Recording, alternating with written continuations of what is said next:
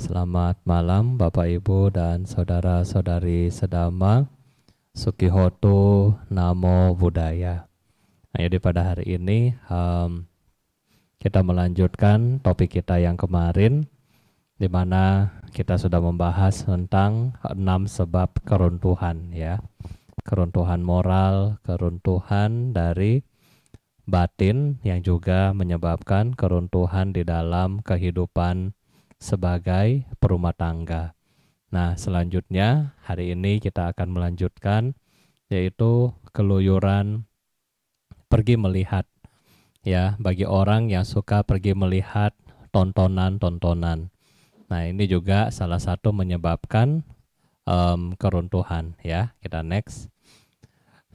Hari ini kita akan membahas keluyuran melihat pertunjukan-pertunjukan.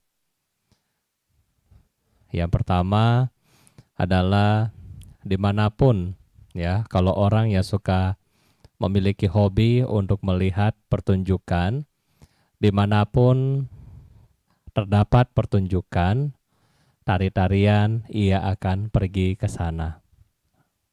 Nah, jadi dimanapun ada konser, dimanapun ada ada kayak konser mungkin, ya, live musik dan seterusnya, dia juga akan pergi. Dia juga akan pergi. Di mana ada tari, dia akan pergi.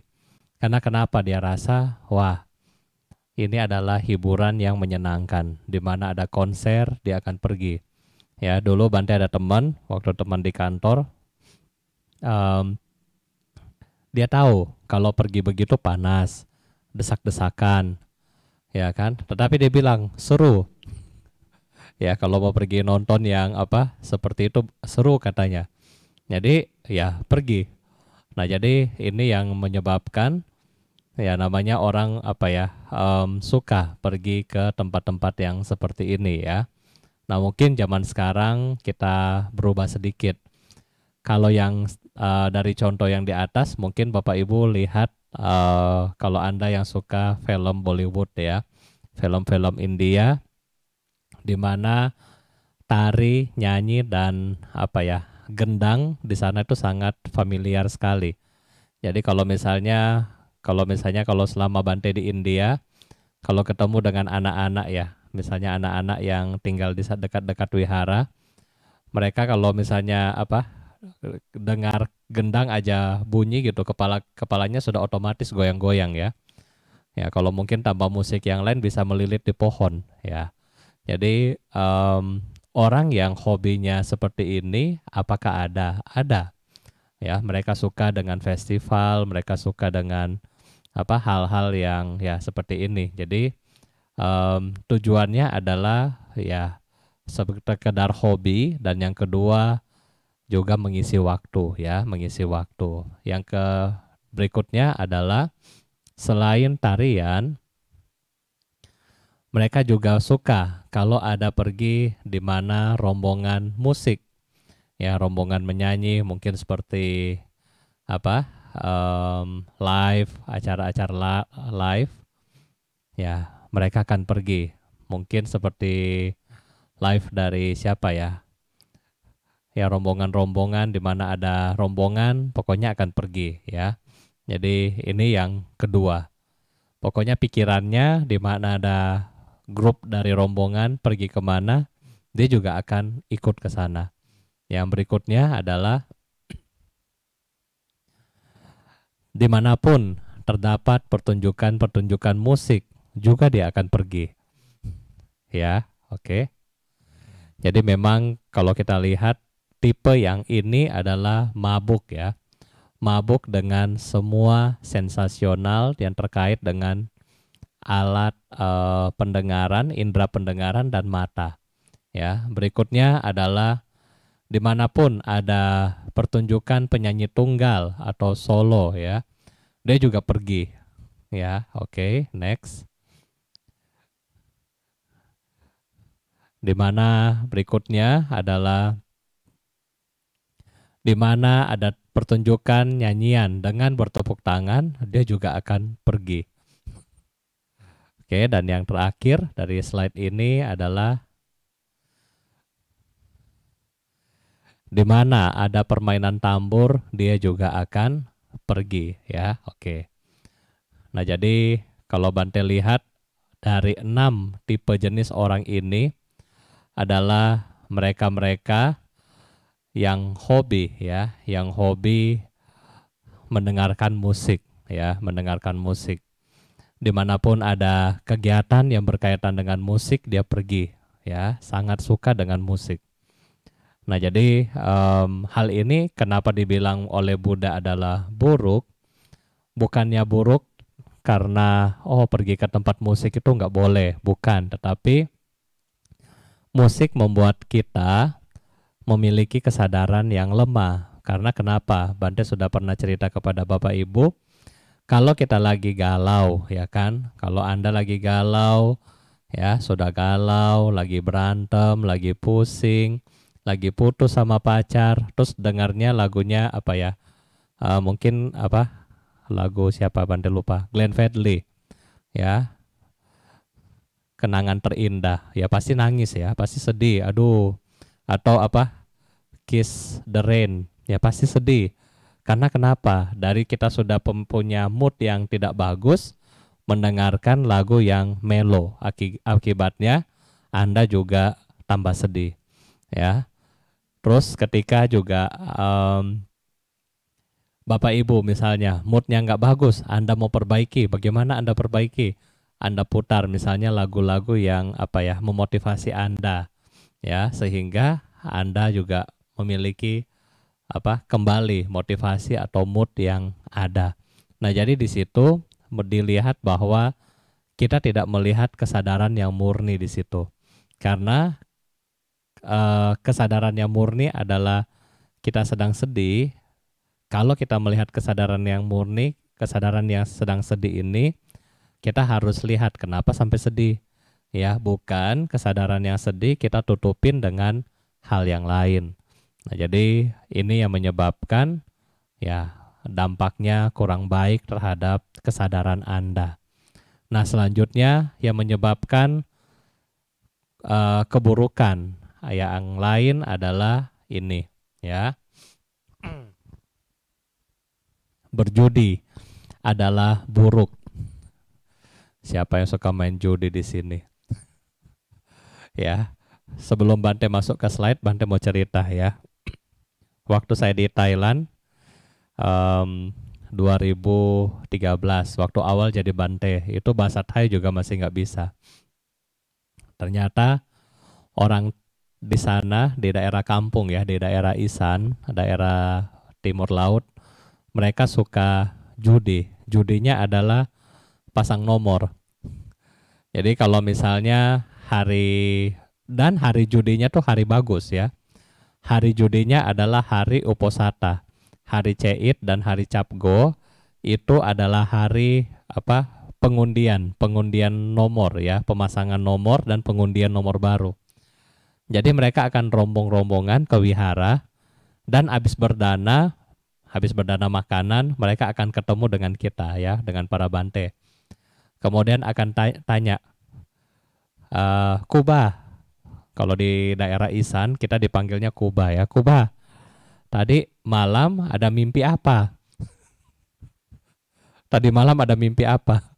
Saya bilang, saya nggak mimpi apa-apa, tidurnya tidur enak. Ya, kalau misalnya kita bilang, oh mimpi lihat gajah, nanti di sana mereka ada, oh lihat gajah nomor sekian, oh lihat ini nomor sekian, dan seterusnya ya. Jadi judi adalah suatu kebiasaan yang buruk yang kita harus kurangi ya. Kita harus kurangi. Juga ada cerita lucu juga di Thailand ya. Jadi ada satu umat, nah dia juga memang sangat dekat dengan Lungpo. Jadi setiap kali dia pergi berdana, dia cerita ke saya. Dia bilang, wah ini Lungpo ini sakti, bisa bisa mengkabulkan saya punya keinginan Bante. Terus saya bilang, bagaimana caranya? Oh, waktu dia susah katanya kan, dia susah, dia suka pergi berdana. Jadi dia suka pergi berdana. Ini orang waktu itu ada hutang ya, ada utang Jadi dia suka pergi berdana ke Lungpo. Terus dalam hati dia, aduh, ya semoga dengan perbuatan baik ini, ya seperti bapak ibu lah ya, utang saya berkurang. Ya, semoga dengan kebajikan ini, ya rezeki saya, omset saya bertambah. Nah, jadi dia ke wihara juga dengan pikiran yang seperti itu ya.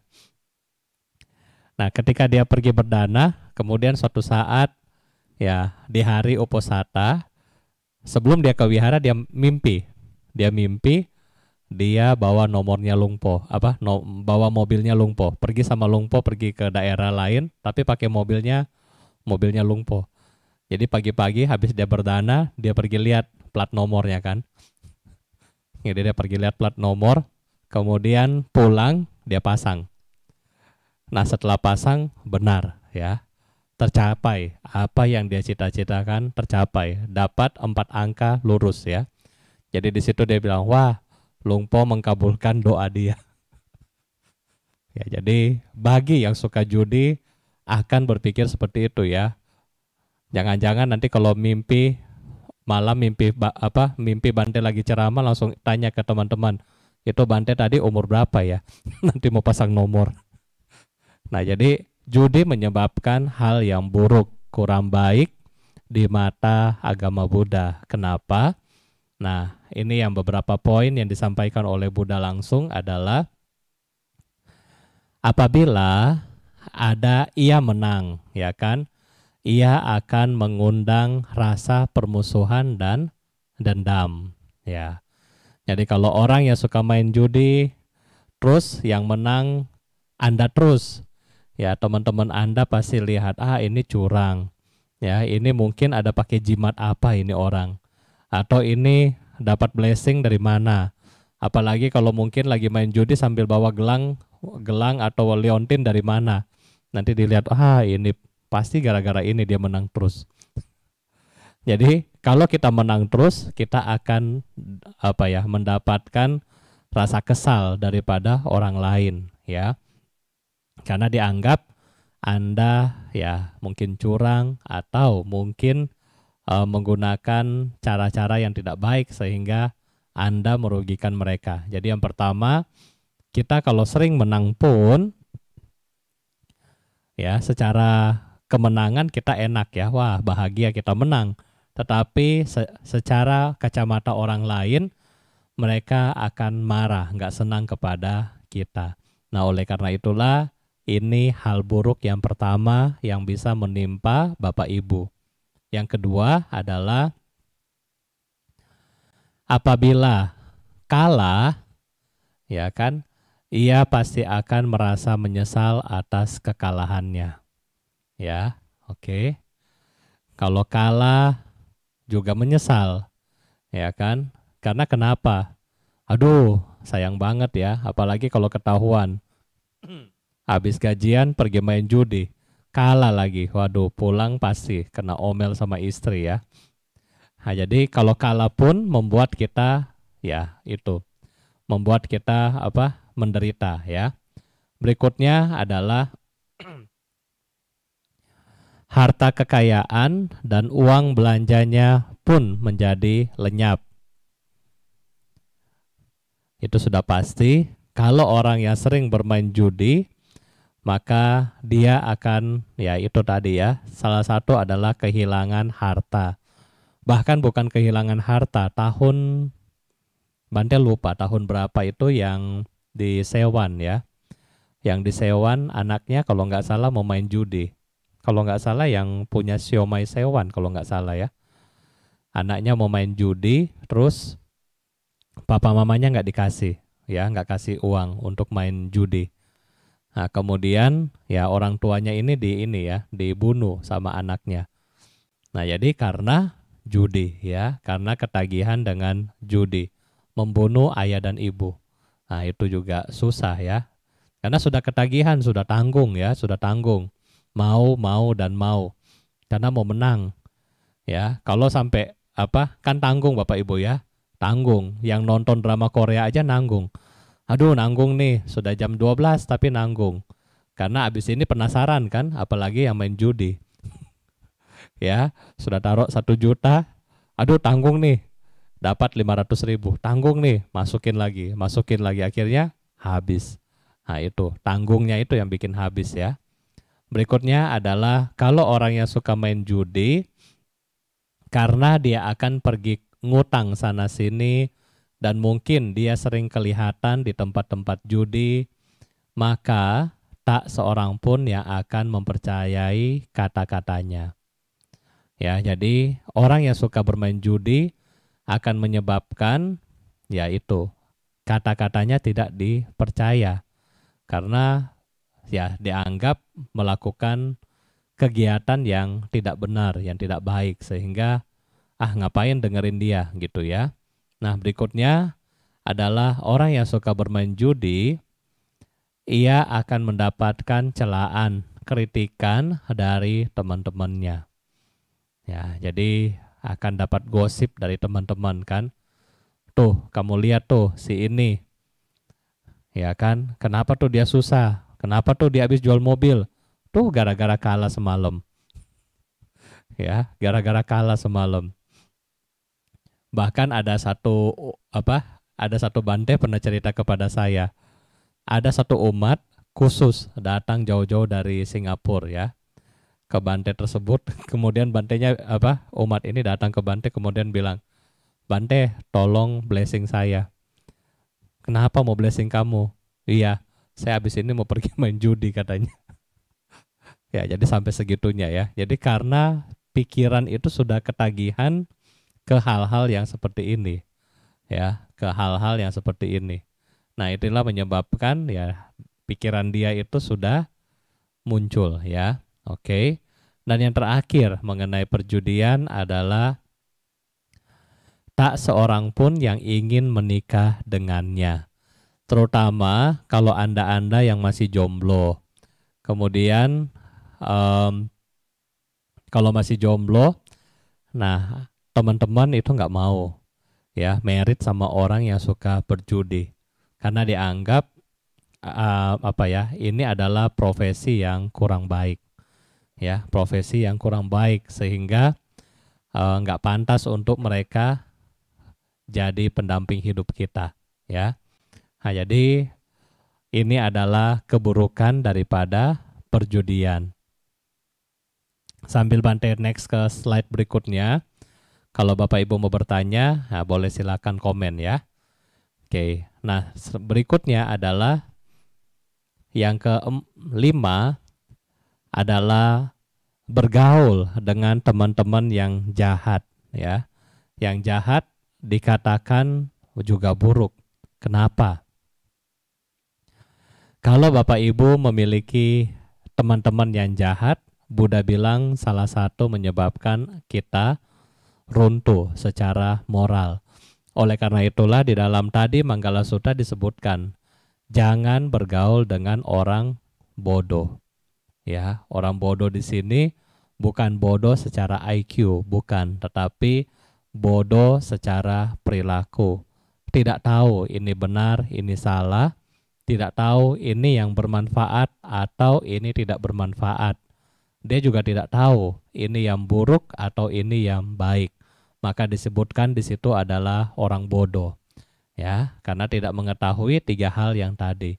Nah, oleh karena itu Buddha bilang kepada kita jangan bergaul dengan mereka.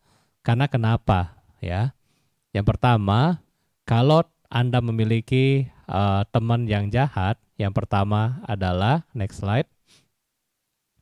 Yang pertama adalah mereka akan mendorong Anda atau membujuk Anda untuk menjadi penjudi.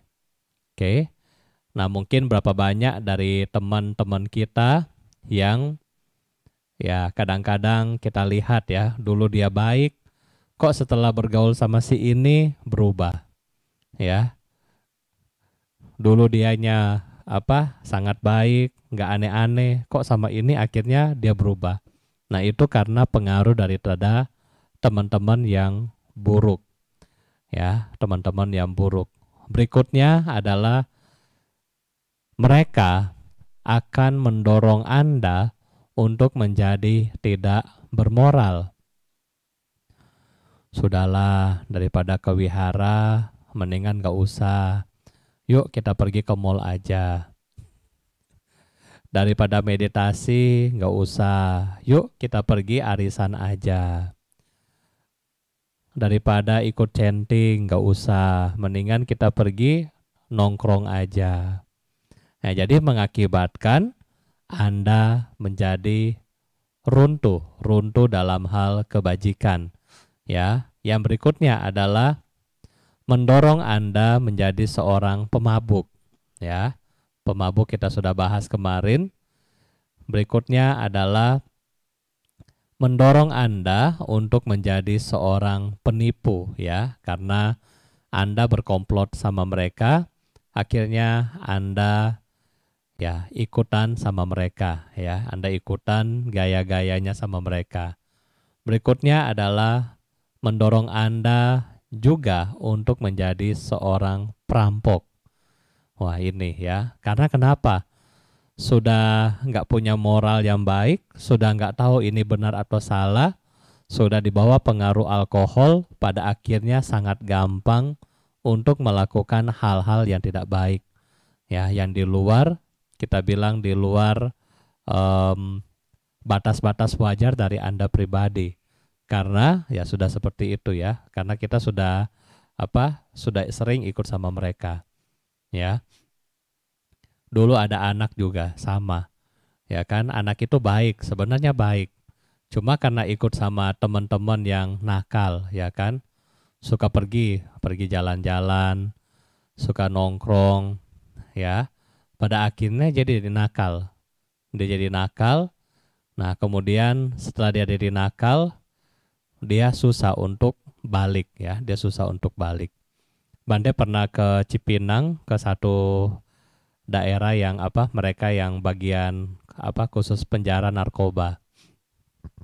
Ada anak muda baru lulus kuliah, ya, umur 22 tahun apa 23, Bante lupa umurnya yang pasti. Kemudian Bante tanya dia, "Dek, kenapa kamu di sini?" Dengan polos dia bilang, "Waktu saya lulus kuliah, saya kan nggak tahu, saya cari kerja.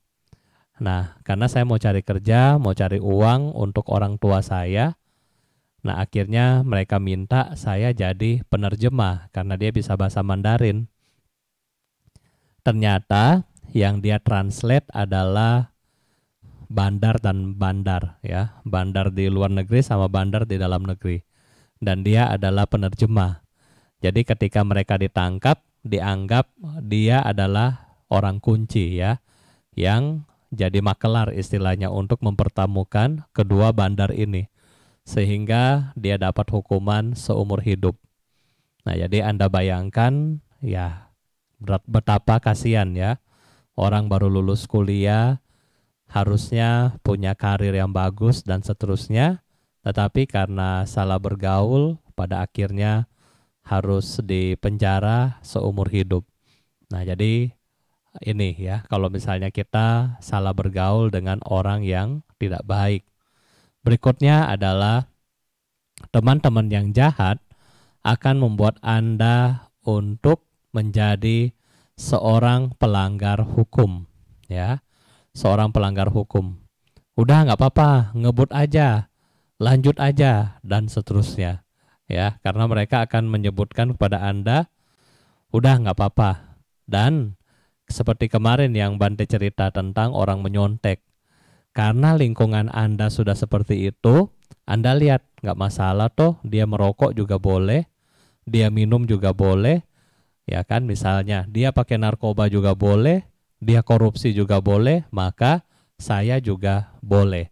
Pada akhirnya, karena lingkungan ini menyebabkan kita menganggap kejahatan sebagai hal yang biasa-biasa saja. Nah, karena lingkungan kita yang tidak baik, teman-teman kita yang tidak baik, pergaulan yang tidak baik, menyebabkan kita menjadi runtuh secara moral. Dan berikutnya adalah keruntuhan yang terakhir, adalah yang keenam, ya, adalah orang yang malas.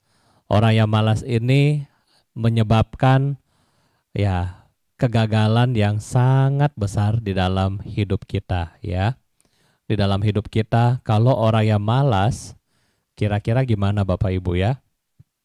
Kalau Bapak Ibu punya anak yang malas, ya suka main game, suka main Instagram, kalau Bante pasti Bante omelin, udah 100% deh. Ya. Kalau punya karyawan yang malas, punya murid yang malas, kira-kira bagaimana? Kita juga sebagai mungkin sebagai bos, sebagai guru, sebagai atasan, pasti kita juga akan nggak senang begitu ya. Karena orang yang malas ini menyebabkan ketidakefisienan di dalam suatu perusahaan ya. Tetapi sebenarnya ketidakefisienan ini juga akan menyebabkan hidupnya sendiri menderita. Ya, oleh karena itulah orang yang malas dikatakan sama Buddha adalah hal yang tidak baik. Ya, kenapa hal yang tidak baik? Nah, di sini kita akan bahas. Ya, next slide. Ketika dia bilang, "Oh, ini hari dingin," maka dia tidak bekerja. Ya, ketika ini hari dingin, malas, enak tidur. Ya, apalagi kalau misalnya di India itu kalau lagi dingin, kalau di Bodh Gaya sekitar 6 derajat Celcius. Jadi kalau 6 derajat Celcius enaknya itu tidur Bapak Ibu ya. Kalau musim dingin subuh itu 6 derajat Celcius. Siang-siang jam 12 sampai jam 4 sore itu baru 16 derajat Celcius. Jadi enaknya apa? Tidur ya. Jadi kalau orang yang malas merasa hari yang dingin itu dia rasa lebih enak tidur ya, tidak mau bekerja karena pegang air nanti masuk angin ya kan. Kena angin takut masuk angin sehingga dia malas, dia tidak mau bekerja ya. Nah, berikutnya adalah ketika hari amat panas juga dia tidak mau kerja. Ya, oke. Nah, seperti kembali di India, ketika hari panas, kalau di India itu Celcius kurang lebih kalau panas di Bodh Gaya sekitar 45, 48 ya rata-rata di situ. Itu sangat panas dan ya kalau kita misalnya disuruh nyapu atau di outdoor gitu ya, itu sangat tidak nyaman karena sangat-sangat panas. Sehingga bagi orang malas kesempatan, panas, cari pohon bukan untuk bukan untuk nari ya, tapi untuk tidur. Ya, jadi Bante ada dulu waktu pertama kali Bante wasa di India, lagi ini saya lihat di taman itu kok banjir di mana-mana itu ya. Ternyata selang air ditaruh mungkin ada kali 4 jam dinyalain. Jadi selang air itu ditaruh di taman, dinyalain, tukang kebunnya hilang, nggak tahu kemana. Jadi sudah banjir di mana-mana, kita cari dia kan, dia ada di mana? Dia tidur di bawah pohon. Ya, itu luar biasa ya. Jadi karena kenapa? Saya tanya kenapa? Acan, bahut garam itu panas sekali katanya. Jadi nggak kuat dia jadi dia taruh tuh air, dia pergi tidur. Saya bilang, oh iya benar juga. Ya, jadi ini adalah kebiasaan yang buruk ya. Nah, berikutnya adalah kebiasaan buruk yang lain. Kalau sudah amat terlambat, maka dia tidak mau bekerja. Kalau sudah amat terlambat, dia tidak mau bekerja karena dia anggap sudah terlambat, nanti diomelin sama bos dan seterusnya. Jadi dia rasa sudah nggak mau bekerja. Padahal terlambat di sini bukan karena terlambat bagaimana, tetapi karena dia sendiri nggak disiplin. Misalnya mandi terlalu lama. Sudah janji jam 7 misalnya kan, nantilah nanti. Sudah 6.50 masih belum mandi. Akhirnya nanti datang ya terlambat. Nah, jadi seperti itu. Jadi itu adalah orang yang tidak disiplin sebenarnya ya. Nah, berikutnya adalah Alasan yang berikutnya, kalau hari terlalu pagi juga dia tidak bekerja karena masih ngantuk, ya kan? Masih ngantuk.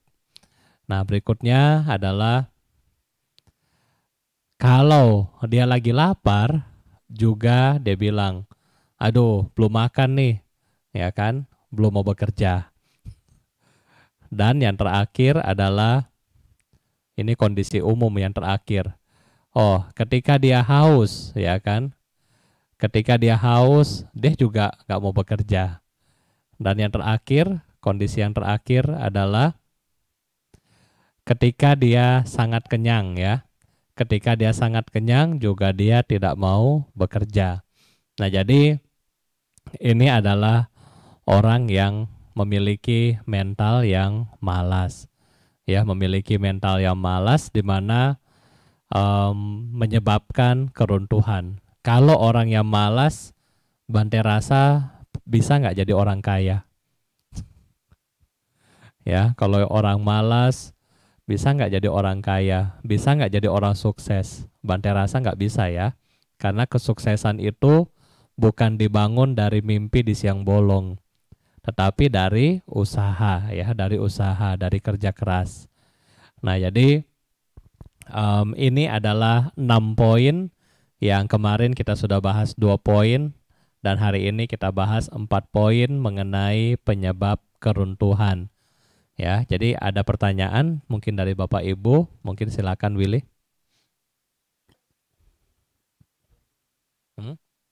Oke, belum ada pertanyaan.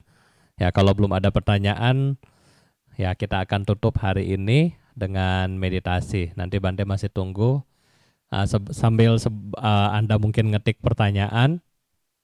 Bante mau cerita ya tentang bagaimana malasnya orang di India ya. Itu luar biasa. Jadi waktu kemarin Bante sama Remon ya, Bante sama Remon tahun lalu. Jadi tahun lalu Bante, Remon, Ko Joni itu kami ke India. Jadi kami ke India. Nah, di sana di Bodh Gaya kita minta tukang ya, minta tukang untuk bikin jalan, untuk bikin jalan. Jadi bikin jalan karena jalannya kan becek ya, untuk di Wihara Indonesia Bodh Gaya jalannya masih becek. Jadi untuk timbun dengan pasir ya. Nah, untuk timbun dengan pasir itu benar-benar yang tadi 6 poin yang tadi itu yang Bante baru bilang kepada Bapak Ibu itu benar-benar 100% terjadi ya. 100% terjadi. Ketika pagi datang, Acan minta kopi ya, pagi-pagi datang sudah minta kopi. Oke, sudah kasih bikinin kopi ya, yang bikinin kopi kita bikinin kopi, kasih dia minum. Sudah minum, kita pikir sudah beres, belum. Ngobrol sama temannya berdua ya, ngobrol. Sudah ngobrol, nah baru angkat pasir kan. Baru berapa rit, sudah berhenti. Sudah berhenti, ngobrol lagi. Sudah habis itu, sudah bilang, Acan, sudah jam, katanya sudah jam mau makan ya. Ya udah kita bilang kan, udah pulang nggak apa-apa pulang. Sudah pergi makan, balik. Terus balik, kita bilang udah kerja cepetan. Nanti masih kenyang. masih kenyang, belum makanan belum turun. Masih kenyang, belum bisa kerja lagi. Ya, jadi kalau hitung kerja 1 hari 8 jam, ya sama dia bisa kerja 1 hari mungkin 6 jam. Dan dengan catatan, kita tungguin dia kayak anak TK gitu ya. Kita duduk di sini, dia di depan kita kerjain gitu. Jadi kalau lihat, aduh, kadang-kadang nggak tega juga ya, kayak zaman penjajah begitu ya. Kita mesti duduk, kemudian lihat mereka kerja. Kalau kita balik belakang, dia juga balik belakang, hilang. Nah, itu luar biasa orang India ya. Ya, jadi ini ya yang Buddha bilang, ketemu orang yang seperti itu kita mesti benar-benar melatih kesabaran. Ya, benar-benar melatih kesabaran kita. Oke, ada pertanyaan, silakan. Bante, saya Amelia ingin bertanya. Misalkan seperti judi atau minuman keras, ada toko yang membuka dan menjualnya karena sebagai usaha agar banyak pelanggan dan mencari untung.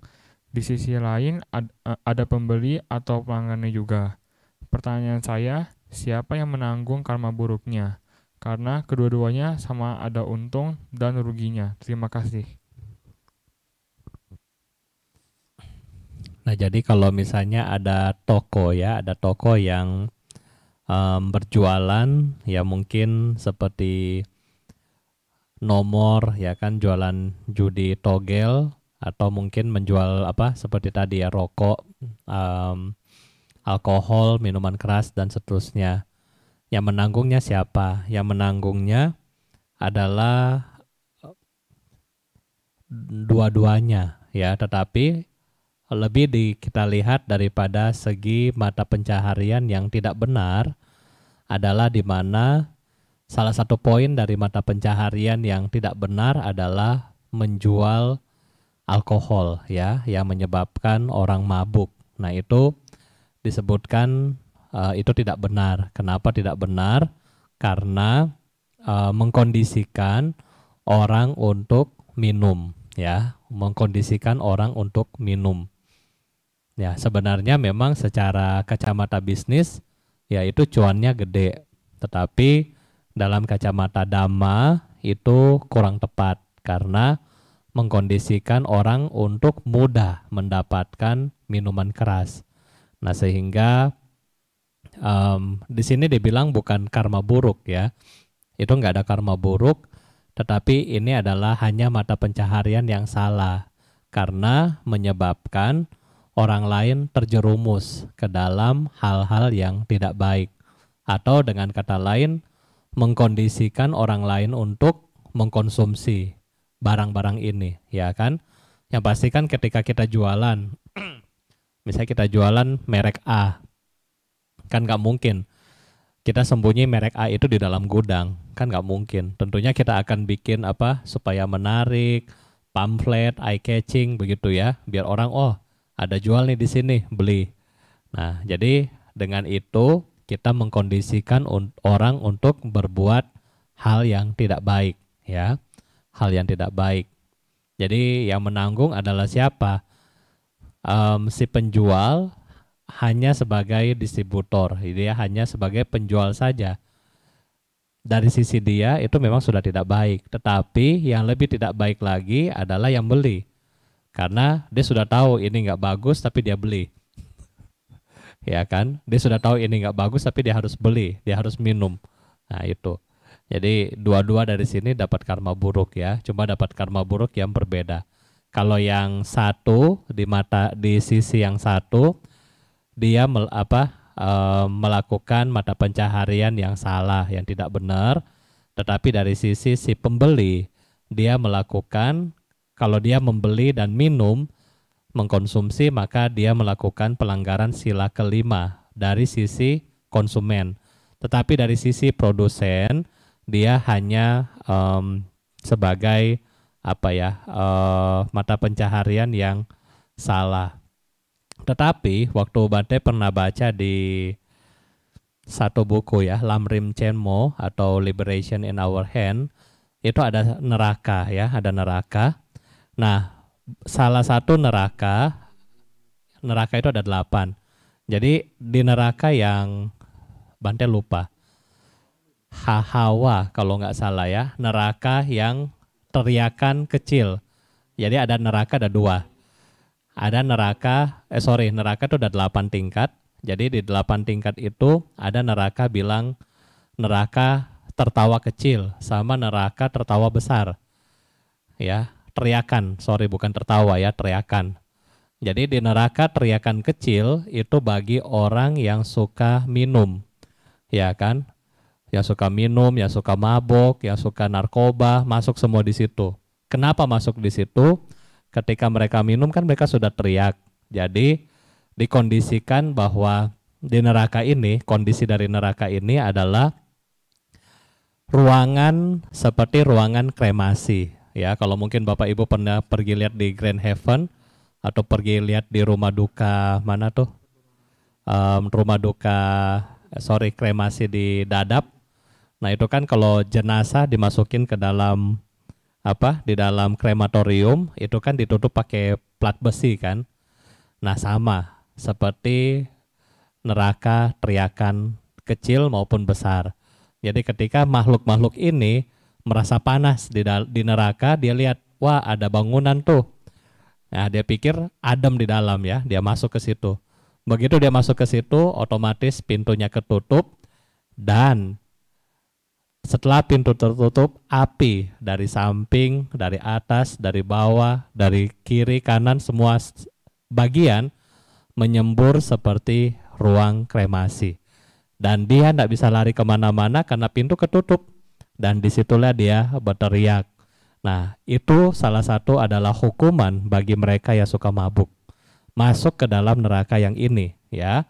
Jadi kalau yang suka minum ciu, ya silakan. Kalau mau tertawa mau teriak-teriak puas di neraka teriakan kecil, ya.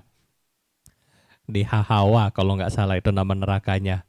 Dan bagi penjual yang menggunakan ini sebagai mata pencarian utama, ya itu di neraka teriakan besar. Ya, jadi di neraka teriakan besar itu beda tipis. Jadi kalau neraka teriakan kecil itu cuma satu petak ya. Kalau kita bilang kayak apartemen mungkin ukuran studio. Ya, jadi cuma satu kamar. Nah, kalau yang neraka besar itu seperti mungkin yang ukuran lebih gede. Ya, jadi begitu api mulai menyembur, dia takut, dia teriak. Tapi dia lihat, oh di situ ada pintu. Dia lari ke pintu itu. Nah, setelah pintu itu tertutup, ternyata apinya 2 kali lipat daripada ruangan yang pertama. Dan di situ dia berteriak lebih kencang lagi. Nah, jadi di situ disebutkan untuk mereka-mereka yang sifatnya pengedar. Ya, mereka akan ke sana. Kalau secara nyata-nyata, yaitu membawa kerusakan kepada mereka-mereka ini. Nah, jadi ini adalah hal yang kurang baik daripada kedua sisi, ya. Oke.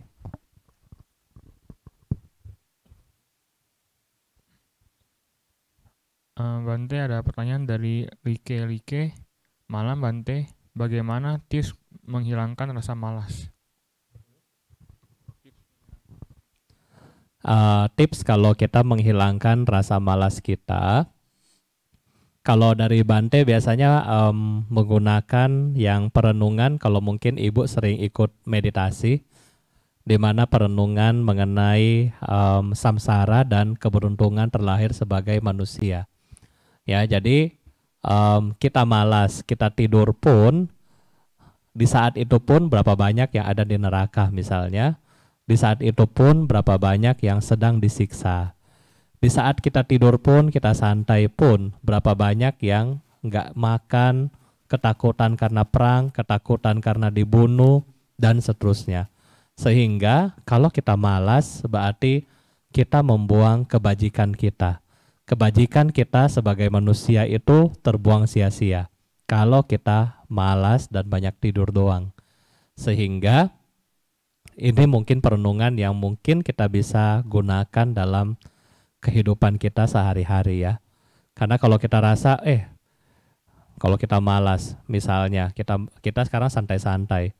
Karena kita santai, tidak memiliki misalnya kebajikan, produktivitas, pada akhirnya nanti kita jatuh susah, jatuh miskin, dan seterusnya. Yang menderita adalah kita sendiri.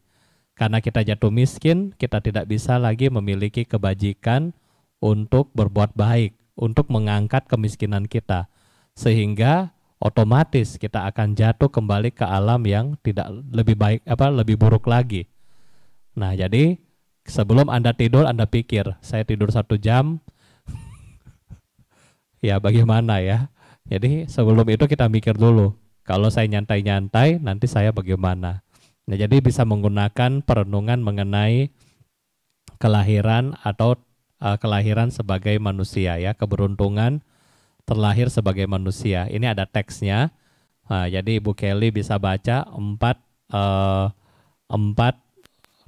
kebebasan, terus memiliki 8 keberuntungan. Jadi ada sekitar 12 poin di situ yang kita bisa renungkan.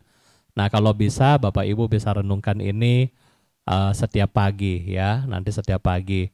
Mungkin kalau butuh, nanti kita akan coba bikin menjadi slideshow. Jadi sebelum kebaktian kita akan tampilkan. Jadi Bapak Ibu sebelum kebaktian lihat dulu, renungkan dulu, bangkitkan motivasi dulu untuk berbuat baik maupun untuk berkarya demi orang lain. Ya, mungkin kita akan buat seperti itu. Terima kasih. Ada pertanyaan Bante dari Fungli. Bante, saya Fungli mau tanya, apakah sifat malas ada kamanya, keturunannya dari orang tua ke anaknya?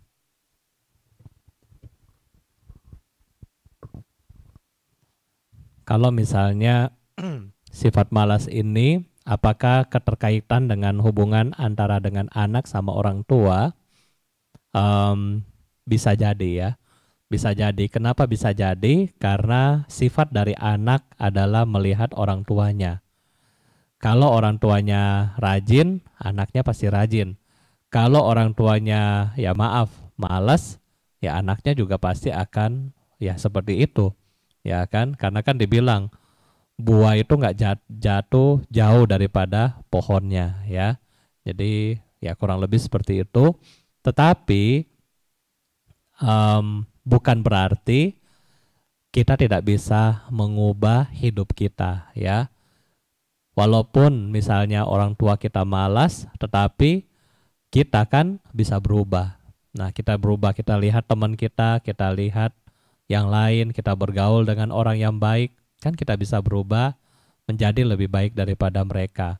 Nah, di sini adalah mau atau tidak mau aja ya. Mau atau tidak mau. Nah, tinggal pilih di sini ya. Jadi memang di sini yang berat itu adalah kalau orang malas biasanya mereka akan kekumpul dalam satu komunitas ya. Kita bilang karma kolektif. Dan memang ya satu komunitas itu akan ya sama-sama kurang lebih begitu semua. Ya, nggak bisa istilahnya susah untuk maju, susah untuk berkembang. Nah, tetapi ya diusahakan sebagai anak atau mungkin sebagai orang yang lebih muda yang memiliki pendidikan, nah mungkin bisa mengangkat pola pikir ya, mengubah pola pikir sehingga bisa lebih rajin dan lebih bisa berkarya seperti itu ya. Tapi ini harus mulai daripada kemauan, mulai dari kemauan. Di India, kalau mungkin Bante bisa kasih contoh, di sana itu banyak sekali yayasan-yayasan yang dibangun untuk mengedukasi ya, karena di India itu terutama di Bodh Gaya, di sana adalah salah satu daerah paling miskin dan paling tinggi korupsinya di India ya, di provinsi ini. Nah, jadi ya kalau Anda sudah tahu korupsi paling tinggi, pasti kemiskinan paling tinggi.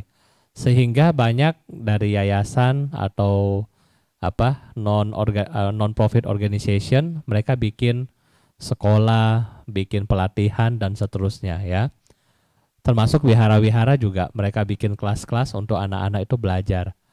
Nah, tetapi ya kembali kepada mereka ya. Karena mereka akan anggap sekolah atau menjadi rajin itu susah. Bagi mereka lebih gampang itu cheating ya kan, atau menipu. Ya, sehingga yang penting mereka mendapatkan uang dengan mudah daripada mereka harus susah-susah pergi sekolah, mengubah kebiasaan mereka menjadi orang yang lebih baik dan seterusnya. Karena sudah kebiasaan. Ya, ini karena karma daripada kolektif ya. Ini berat. Tetapi beberapa dari mereka juga sudah bisa orang yang sukses seperti itu ya. Beberapa dari mereka juga sudah bisa sebenarnya. Tetapi ini ya harus membutuhkan waktu untuk berubah. Tetapi harus ada tekad dari Anda dulu ya. Sebenarnya Bante boleh kasih contoh nggak? Oh itu dia angkat tangan ya. Dulu tadi Bante lagi chat sama anak ya. Terus lagi chat sama anak, terus dia bilang begini ke saya. Bante tanya, kamu lagi ngapain? Oh, saya lagi bikin PR. Oh, mantap ya, rajin sekarang. Dia bilang, oh iya Bante, ini sudah kewajiban. Terus Bante langsung, kan Bante suka to the point kan? Bante langsung bilang, bukannya dulu dari zaman SMA, SMP, juga kewajiban untuk bikin tugas. Kok baru sadarnya sekarang? Dia cuma bilang, ya lebih baik sadar sekarang daripada tidak sama sekali ya. Ya jadi kurang lebih seperti itu ya. Jadi bagaimana ya, yang penting sadarnya ini dulu kuat sehingga bisa mengubah hidup dia. Ya, terima kasih. Malam Bante, ada pertanyaan dari Mediawati Baharudin. Bante, saya mau tanya bagaimana mengatasi anak yang malas disuruh kerja, gak mau disuruh kuliah, juga gak mau.